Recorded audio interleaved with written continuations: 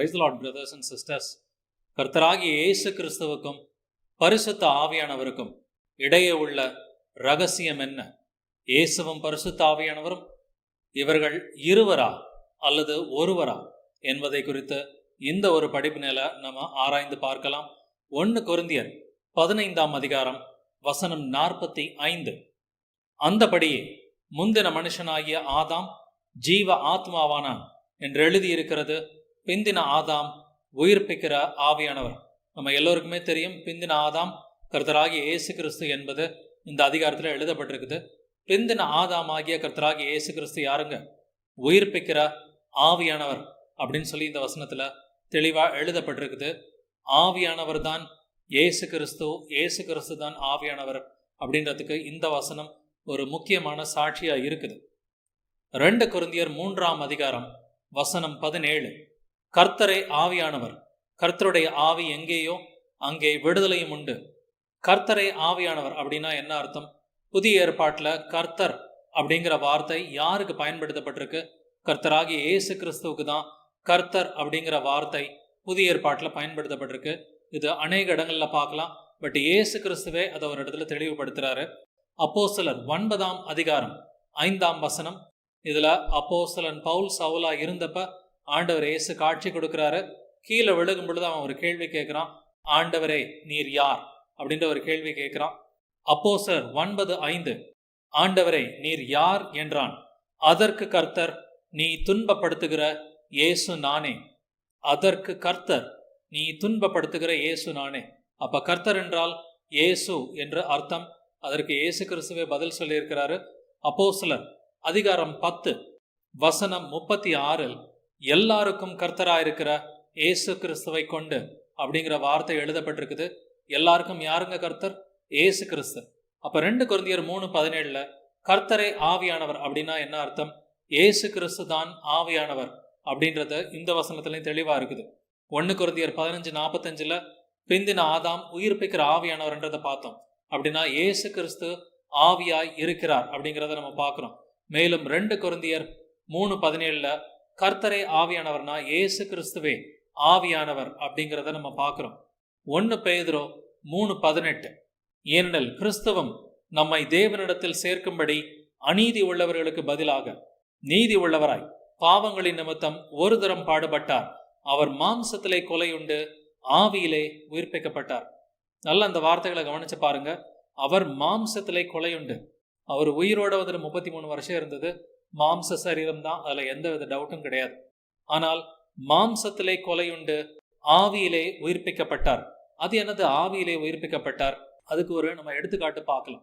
ஆண்டவர் இயேசு கிறிஸ்து உயிர்த்த பிறகு அவர் பூட்டப்பட்ட வீட்டுக்குள்ளர கதவை தட்டாமலே அப்படியே நுழைஞ்சாருன்றதை நம்ம பார்க்கிறோம். எப்படி நுழைஞ்சிருப்பாரு? அவருக்கு நம்மை போல சரீரம், மாம்ச சரீரம் இருந்துச்சுன்னு சொன்னாக்க பூட்டப்பட்ட வீட்டுக்குள்ளார நுழைய முடியுமா?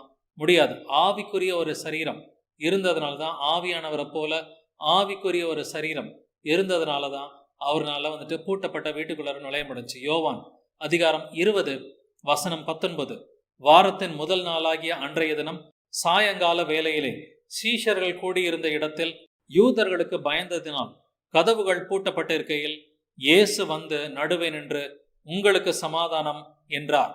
இயேசு எப்படி வந்து சமாதானம் சொல்றாருன்றதை பாருங்க. கதவுகள் பூட்டப்பட்டு இருக்கையில் இயேசு வந்து நடுவே நின்று, அப்படின்னா அவருக்கு எப்படிப்பட்ட சரீரம் இருந்தது? அவர் உயிர்த்த பிறகு அவர் ஆவிக்குரிய சரீரத்தில் இருக்கிறார் என்பதை நாம் உணர்ந்து கொள்ள வேண்டும். இயேசு கிறிஸ்து இந்த பூமிக்கு வருவதற்கு முன்னாடி எப்படி இருக்கிறார்? ஆவியாய் இருக்கிறார் என்பதை 1 பேதுரு 1:11 நம்ம படிக்கிறோம். பழைய ஏற்பாட்டில் இயேசு கிறிஸ்து எப்படி இருக்கிறார்? ஆவியாய் இருக்கிறார். 33 வருஷம் மட்டும்தான் அவர் மாம்ச சரீரத்தில் இருக்கிறாரு. அதற்கு பிறகு அவர் மாம்சத்திலே கொலையுண்டு ஆவியிலே உயிர்ப்பிக்கப்பட்டார். ஆவிக்குரிய ஒரு சரீரத்தில் தான் அவர் இருக்கிறார் அப்படிங்கிறத பார்க்கிறோம். பரிசுத்த ஆவியானவரும் ஞானஸ்நானத்தின் பொழுது அவர் என்ன பண்ணுகிறார்? அவர் புறாவை போல ரூபம் கொண்டு அப்படிங்கிறத பார்க்கிறோம்.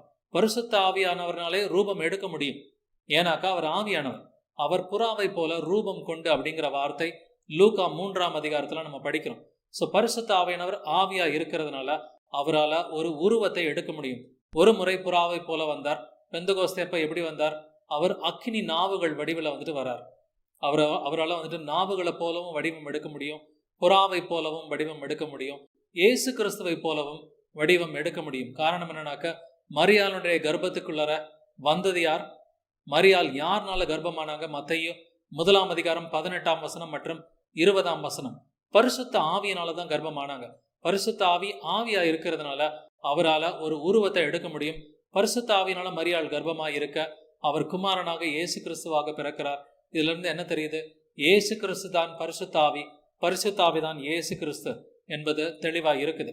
2 கொரிந்தியர் 5 அதிகாரம் 16 வசனம். ஆகையால் இது முதற்கொண்டு நாங்கள் ஒருவனையும் மாம்சத்தின்படி அறியோம், நாங்கள் கிறிஸ்துவையும் மாம்சத்தின்படி அறிந்திருந்தாலும் இனி ஒருபோதும் அவரை மாம்சத்தின்படி அறியோம். இயேசு கிறிஸ்துவுக்கு சரீரம் இருக்குன்னு சொல்லி நீங்க சொல்லுவீங்க. ஆனா இயேசு கிறிஸ்து 33 வருஷம் மட்டும்தான் மாம்ச சரீரத்துல இருந்தார். 33 வருஷத்துக்கு முன்னாடி, அவர் இந்த பூமிக்கு வருவதற்கு முன்னாடி அவர் எப்படி இருந்தார்? அவர் வானத்திலிருந்து வந்த கர்த்தர் அப்படிங்கிறத நம்ம படிக்கிறோம்.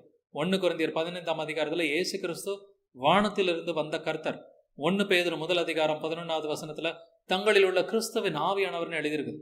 இயேசு கிறிஸ்து பழைய ஏற்பாட்டுல குமாரனாக இல்லை, அவர் மாம்சத்தில் இல்லை. பழைய ஏற்பாட்டுல இயேசு கிறிஸ்து ஆவியாக இருக்கிறார். அவர் ஆவியாக இருக்கிறதுனாலதான் அவரால் மரியாளுடைய கர்ப்பத்துக்குள்ளார போயிட்டு ஒரு மனுஷ சரீரத்தை எடுக்க முடிஞ்சு. அவர் ஏற்கனவே மனுஷ சரீரத்துல இருந்திருந்தார்னாக்க மரியாளோட கர்ப்பத்துக்குள்ளார எப்படி இயேசு கிறிஸ்துவால போக முடிஞ்சிருந்திருக்காது. இயேசு கிறிஸ்து ஏற்கனவே ஒரு 6 அடி மனிதனாக இருந்திருந்தாக்க மரியாளோட கர்ப்பத்துக்குள்ளார 6 அடி மனிதனாக எப்படி உருவெடுக்க முடியும்? இயேசு கிறிஸ்து பழைய ஏற்பாட்டுல ஆவியா இருப்பதனால் அவரால் குழந்தையா பிறக்க முடிஞ்சு அப்படிங்கிற இந்த ஒரு ரகசியத்தையும் நாம் புரிந்து கொள்ள வேண்டும். 2 கொரிந்தியர் 5:16 சொல்லப்பட்டது போல இனி ஒருபோதும் அவரை மாம்சத்தின்படி அறியோம்னாக்க இனி இயேசு கிறிஸ்துவ மாம்ச சரீரத்துல நம்மளால பார்க்க முடியாது. அவரை சரீரத்துல பார்த்தோம்னு சொன்னா அது ஒரு ஆவிக்குரிய சரீரம், மகிமைக்குரிய சரீரம் அப்படிங்கிறத நம்ம புரிஞ்சுக்கணும். நமக்குள் வாசம் பண்ணும் ஆவி யாருடைய ஆவி? அது பரிசுத்த ஆவி அப்படிங்கிறத அநேக இடங்கள்ல புதிய ஏற்பாட்டுல படிக்கிறோம். யோவான் 14 அதிகாரம் 17 வசனம். உலகம் அந்த சத்திய ஆவியானவரை காணாமலும் அறியாமலும் இருக்கிறபடியால் அவரை பெற்றுக்கொள்ள மாட்டாது. அவர் உங்களுடனே வாசம் பண்ணி உங்களுக்குள்ளே இருப்பதால் நீங்கள் அவரை அறிவீர்கள். அவர் உங்களுடனே வாசம் பண்ணி உங்களுக்குள்ளே இருப்பதால், நம்ம கூட வாசம் பண்ணி நமக்குள்ள இருக்கிறது யாரு? சத்திய ஆவியானவர், அதாவது பரிசுத்த ஆவியானவர் என்று கர்த்தராகிய இயேசு கிறிஸ்துவே சொல்லி இருக்கிறார். ஆனா இந்த பரிசுத்த ஆவியானவர் மட்டும்தான் நம்ம கூட இருக்கிறாரா? குமாரனின் ஆவி என்றும் எழுதப்பட்டிருக்கிறதே, கிறிஸ்துவின் ஆவி என்றும் எழுதப்பட்டிருக்கிறதே, அதையும் குறித்து நம்ம படிச்சு பார்க்கலாம். யோவான் 14:18 நான் உங்களை திக்கற்றவர்களாக விடேன், உங்களிடத்தில் வருவேன். இயேசு கிறிஸ்து என்னைக்கு சொல்றாரு? அடுத்த நாள் அவர் மரிக்க போறாரு. மாம்சத்துல இருக்கும் பொழுது இதுதான் கடைசி நாள். மாம்சத்துல அப்போஸ்தலர்களை சந்திக்கிறாரு. என்ன சொல்றாரு? நான் உங்களை திக்கற்றவர்களாக விடேன், உங்களிடத்தில் வருவேன். இயேசு கிறிஸ்து எப்படி நமக்குள்ளார வர முடியும்? இல்ல அப்போஸ்தலர்களுக்குள்ளார எப்படி வர முடியும்? அவர் ஆவியாக இருந்தால் மட்டும்தான் அப்போஸ்தலர்களுக்குள்ளார இயேசுவால் வர முடியும்.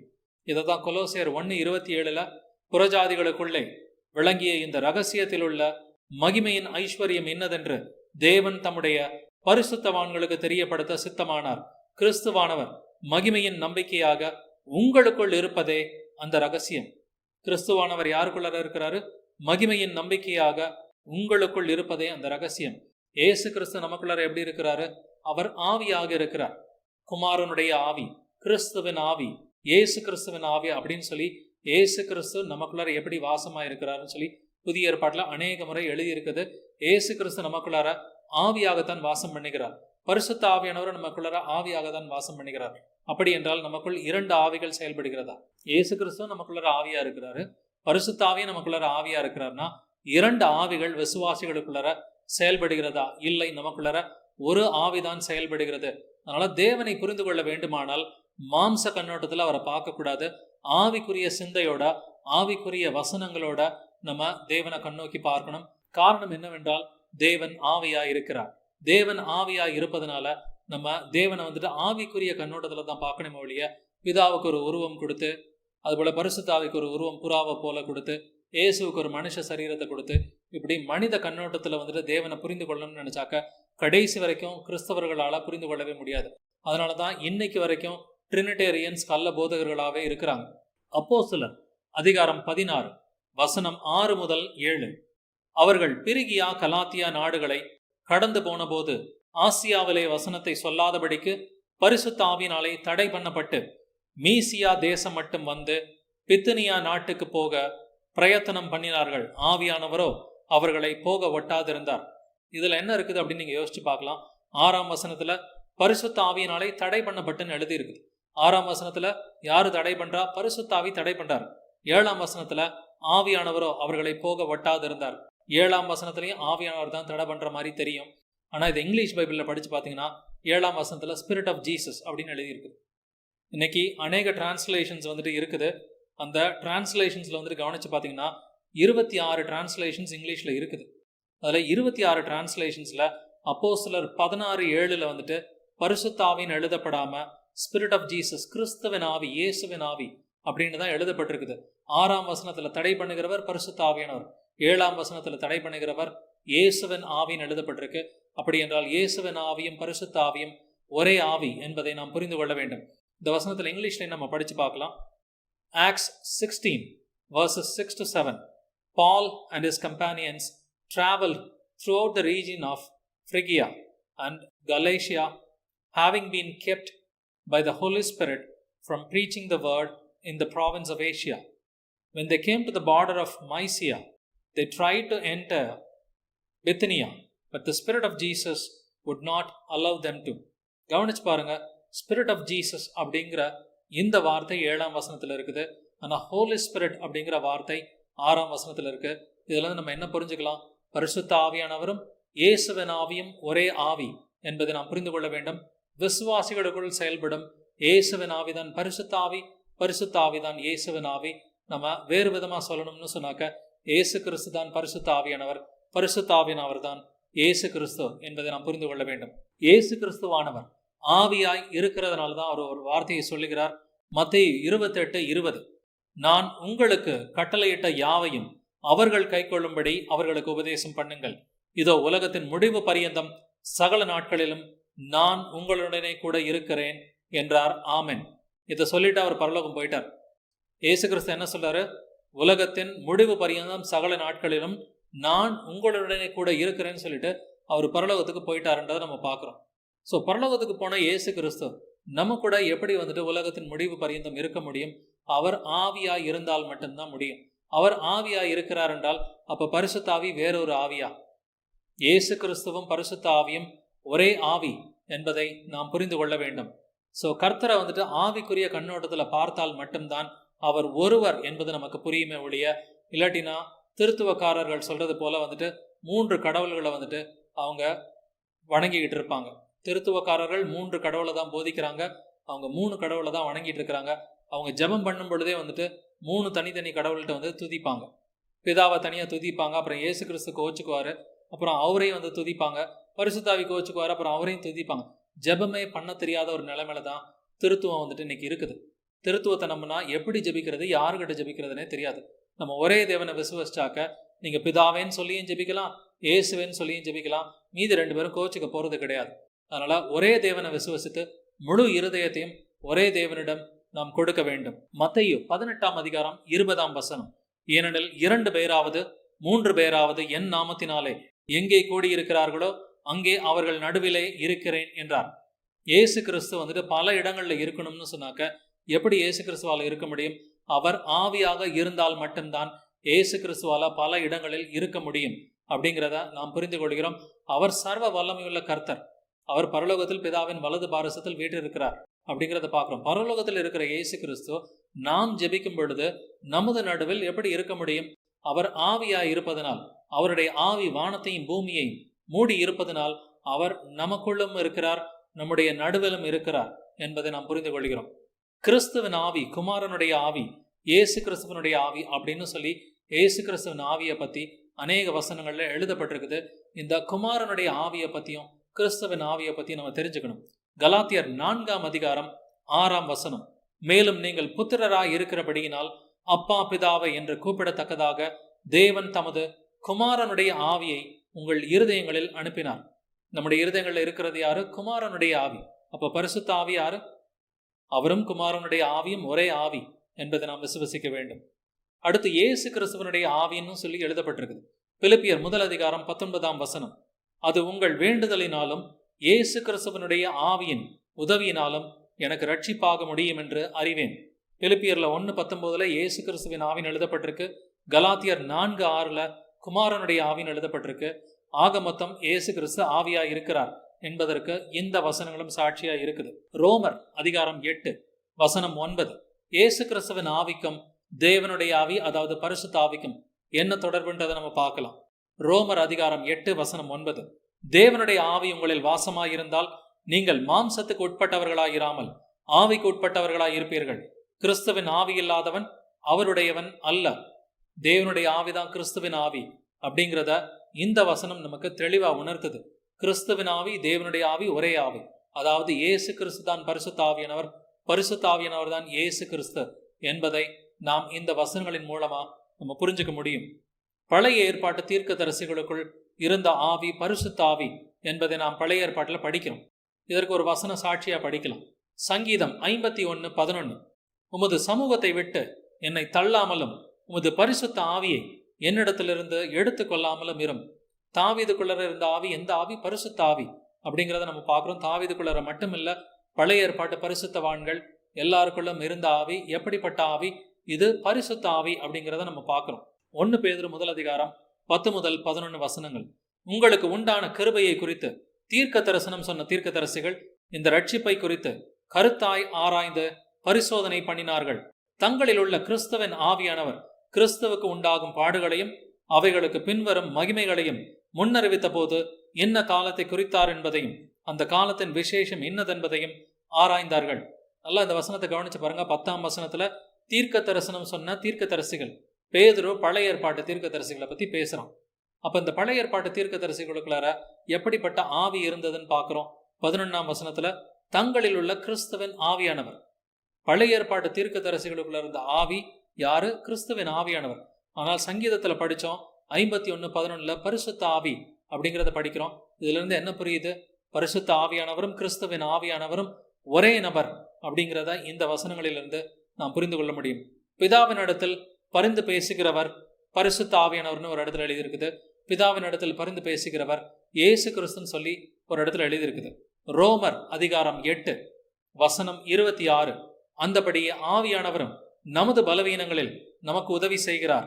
நாம் ஏற்றபடி வேண்டிக் கொள்ள வேண்டியது என்னதென்று அறியாமல் இருக்கிறபடியால் ஆவியானவர் தாமே வாக்கு கடங்காத பெருமூச்சுகளோடு நமக்காக வேண்டுதல் செய்கிறார். நமக்காக வேண்டுதல் செய்கிறவர் யார்? ரோமர் 8:26 படி பரிசுத்த ஆவியானவர் அப்படிங்கிறத நம்ம பார்க்கிறோம். ஆனால் இதே ரோமர் 8ஆம் அதிகாரத்தில் 34ஆம் வசனத்தில் நமக்காக வேண்டுதல் செய்கிறவர் இயேசு கிறிஸ்துன்னு சொல்லி எழுதியிருக்கு. ரோமர் 8:34 ஆக்கினைக்குள்ளாக தீர்க்கிறவன் யார்? கிறிஸ்துவை மரித்தவர், அவரை எழுந்தும் இருக்கிறவர், அவரே தேவனுடைய வலது பாரசத்திலும் இருக்கிறவர், நமக்காக வேண்டுதல் செய்கிறவரும் அவரே. இயேசு கிறிஸ்துவும் நமக்காக வேண்டுதல் செய்கிறார், பரிசுத்த ஆவியும் நமக்காக வேண்டுதல் செய்கிறார். அப்படின்னாக்க 2 பேர் வேண்டுதல் செய்வாங்களா? யோசிச்சு பாருங்க. நமக்கு வேண்டுதல் செய்கிறவர் அந்த மத்தியஸ்தர் ஒருவரேன்னு சொல்லி எழுதியிருக்குது. 1 தீமோத்தேயு 2ஆம் அதிகாரம் 5ஆம் வசனத்துல தேவன் ஒருவரே, தேவனுக்கும் மனுஷருக்கும் மத்தியஸ்தரும் ஒருவரே. மத்தியஸ்தர் ஒருவர்னு சொல்லும் பொழுது பரிசுத்த ஆவியானவர் மத்தியஸ்தர் வேலையை பார்க்கிறாரு, இயேசு கிறிஸ்துவ மத்தியஸ்தர் வேலையை பார்க்கிறாருன்னா என்ன அர்த்தம்? பரிசுத்த ஆவியானவர் தான் இயேசு கிறிஸ்து, இயேசு கிறிஸ்து தான் பரிசுத்த ஆவியானவர் என்பதை இதனால நம்ம புரிஞ்சுக்க முடியும். குமாரன் மற்றும் பரிசுத்த ஆவி இவர் ஒருவர் என்பதை நாம் விசுவசிக்க வேண்டும். குமாரன் மற்றும் பரிசுத்த ஆவி ஒருவர் என்பதை நாம் புரிந்து கொள்வதற்கு சுவிசேஷத்திலிருந்து 2 வசனங்கள் படிக்கலாம். மார்க் 13ஆம் அதிகாரம் 11ஆம் வசனமோ லூக்கா 21:15 இது பேரலல் வசனங்கள் தான். மார்க் 13:11 அவர்கள் உங்களை கொண்டு போய் ஒப்பு கொடுக்கும் போது நீங்கள் என்ன பேசுவோம் என்று முன்னதாக கவலைப்படாமலும் சிந்தியாமலும் இருங்கள். அந்நாளிகளே உங்களுக்கு எது அருள் செய்யப்படுமோ அதையே பேசுங்கள். ஏனெனில் பேசுகிறவர்கள் நீங்கள் அல்ல, பரிசுத்த ஆவியே பேசுகிறவர். உபத்திரவம் வரும் பொழுது பேசுகிறவர்கள் நீங்கள் அல்ல, நமக்குள்ளார இருக்கிற பரிசுத்த ஆவி தான் பேசுவார் அப்படின்னு மார்க் 13:11 எழுதியிருக்குது. லூக்கா 21:15 உங்களை விரோதிக்கிறவர்கள் ஒருவரும் எதிர் பேசவும் எதிர் நிற்கவும் கூடாத வாக்கையும் ஞானத்தையும் நான் உங்களுக்கு கொடுப்பேன்னு கர்த்தராகிய இயேசு கிறிஸ்து சொல்றார். உபத்திரவம் வரும் பொழுது யாருமே எதிர்த்து பேச முடியாத அளவுக்கு உங்களுக்கு ஞானத்தை நான் கொடுப்பேன்னு லூக்கா 21:15 இயேசு கிறிஸ்து சொல்றாரு. ஆனா அப்படிப்பட்ட ஞானத்தை பரிசுத்த ஆவியானவர் கொடுப்பாருன்னு சொல்லி மார்க் 13:11 சொல்லப்பட்டிருக்கு. காரணம் என்னன்னாக்க பரிசுத்த ஆவியானவர் தான் இயேசு, இயேசு தான் பரிசுத்த ஆவியானவர். நமக்குள்ள வாசம் செய்கிற அந்த குமாரனுடைய ஆவி இயேசு கிறிஸ்துவின் ஆவின்னு சொல்லி எழுதப்பட்டிருக்குது. மேலும் இது கிறிஸ்துவின் ஆவின்னு சொல்லி புதிய ஏற்பாட்டில் எழுதப்பட்டிருக்கு. இந்த குமாரனின் ஆவி, கிறிஸ்துவின் ஆவி, பரிசுத்த ஆவி, இது வேறு ஒன்றும் இல்லை, இது பரிசுத்த ஆவி என்றுதான் நாம் விசுவசிக்க வேண்டும். பரிசுத்தமாக்குதல், நம்மை பரிசுத்தப்படுத்துவது பரிசுத்த ஆவியானவரின் வேலை அப்படின்னு தான் நம்ம படிக்கிறோம். 1 பேதுரு 1:2 பிதாவாகிய தேவனுடைய முன்னறிவிப்பின்படியே ஆவியானவரின் பரிசுத்தமாக்குதலினாலே அப்படின்னு எழுதியிருக்குது. இந்த வசனத்துல ஆவியானவர் தான் நம்மை பரிசுத்தமாக்குகிறார் அப்படிங்கிறத நம்ம படிக்கிறோம். ஆனால் இன்னொரு இடத்தில் எபேசியர் 5 இயேசு கிறிஸ்து தான் சபையை பரிசுத்தப்படுத்துகிறார் அப்படிங்கிறத நம்ம படிக்கிறோம். எபேசியர் 5 வசனங்கள் 25 முதல் 27 வரை. புருஷர்களே, உங்கள் மனைவிகளில் அன்பு கூறுங்கள், அப்படியே கிறிஸ்துவம் சபையில் அன்பு கூர்ந்து தாம் அதை திருவசனத்தை கொண்டு தண்ணீர் முழுக்கினால் சுத்திகரித்து பரிசுத்தமாக்குகிறதற்கும் அப்படின்னு எழுதப்பட்டிருக்குது. இங்க சபையை சுத்திகரிக்கிறது, விசுவாசிகளை சுத்திகரிக்கிறது யாரு? தாம் அதை திருவசனத்தை கொண்டு தண்ணீர் முழுக்கினால் சுத்திகரித்து பரிசுத்தமாக்குகிறார்னு எழுதப்பட்டிருக்கு. எபேசியர் 5 இயேசு கிறிஸ்து விசுவாசிகளை சுத்திகரிக்கிறார்னு எழுதியிருக்குது. 1 பேதுரு 1:2 பரிசுத்த ஆவியானவர் தான் சுத்திகரிக்கிறார்னு எழுதியிருக்குது. ரெண்டுமே சத்தியம்தான். காரணம் என்னவென்றால் இயேசுதான் பரிசுத்த ஆவியானவர், பரிசுத்த ஆவியானவர் தான் இயேசுவானவர் அப்படிங்கிறத நாம் விசுவசிக்கிறோம். தேற்றரவாளன், நம்மை தேற்றுகிறவர் பரிசுத்த ஆவியானவர் அப்படிங்கிறத இயேசு கிறிஸ்துவே சொல்லியிருக்கிறார். யோவான் 14:16 நான் பிதாவை வேண்டிக் கொள்வேன், அப்பொழுது என்றென்றைக்கும் உங்களுடனே கூட இருக்கும்படிக்கு சத்திய ஆவியாகிய வேறொரு தேற்றரவாளனை அவர் உங்களுக்கு தந்தருள்வார். தேற்றரவாளன், கம்ஃபர்டர், இது யாரு? பரிசுத்த ஆவியானவர் தான் தேற்றரவாளன், கம்ஃபர்டர்னு சொல்லி எழுதியிருக்குது. ஆனா யோவான் 14:18 நான் உங்களை திக்கற்றவர்களாக விடேன், உங்களிடத்தில் வருவேன். இது இங்கிலீஷ்ல படிச்சு பாத்தீங்கன்னா I will not leave you comfortless. Comforter, I will not leave you comfortless. I will comfort you அப்படின்னு சொல்லி அர்த்தம் இல்லைங்களா? அதுபோல மத்தேயு 9:22 மற்றும் லூக்கா 8:48 ஜீசஸ் சொல்றாரு, be of good comfort அப்படின்னு சொல்லி மனிதர்களை அவர் கம்ஃபர்ட் பண்றார், மனிதர்களுக்கு அவர் ஆறுதல் செய்கிறார், அவர் தேற்றுகிறார் அப்படிங்கிறத நம்ம பார்க்கிறோம். அவர் மாம்சத்தில் இருந்த பொழுது மனிதர்களுடைய பேய்களை ஓட்டி நோய்களை குணமாக்கி மனிதர்களை தேற்றியவர் யார்? இயேசு கிறிஸ்து தான் மனிதர்களை தேற்றினார் அப்படிங்கிறத நம்ம பார்க்கிறோம். அதனாலதான் இந்த வார்த்தைகள் வருது, be of good comfort. இந்த கம்ஃபர்ட் அப்படிங்கிற வார்த்தை தேற்றுதல் அப்படிங்கிற அந்த வார்த்தை ரொம்ப முக்கியமான வார்த்தை. இது மத்தேயு 9:22 லூக்கா 8:48 நம்ம படிக்கிறோம். இயேசு கிறிஸ்துவும் விசுவாசிகளை தேற்றுகிறார், பரிசுத்த ஆவியானவரும் விசுவாசிகளை தேற்றுகிறார். காரணம் என்னவென்றால் இயேசுதான் பரிசுத்த ஆவியானவர், பரிசுத்த ஆவியானவர் தான் இயேசு கிறிஸ்து என்பதை நாம் விசுவசிக்கிறோம். இந்த படிப்பினை மூலியமா நாம் கத்துக்கிட்டது பரிசுத்த ஆவியானவரும் இயேசு கிறிஸ்துவும் ஒரு நபர் என்பதை பார்த்தோம். இயேசு கிறிஸ்து தான் பரிசுத்த ஆவியானவர், பரிசுத்த ஆவியானவர் தான் இயேசு கிறிஸ்து என்பதை இந்த ஒரு படிப்பினால பார்த்தோம். இந்த படிப்பினை சம்பந்தமா உங்களுக்கு கேள்விகள் இருந்தாக்க நீங்க ஸ்கிரீன்ல இருக்கிற மொபைல் நம்பருக்கு கால் பண்ணுங்க, இல்ல வாட்ஸ்ஆப்ல மெசேஜ் அனுப்புங்க. Praise the Lord Jesus. May God bless you all.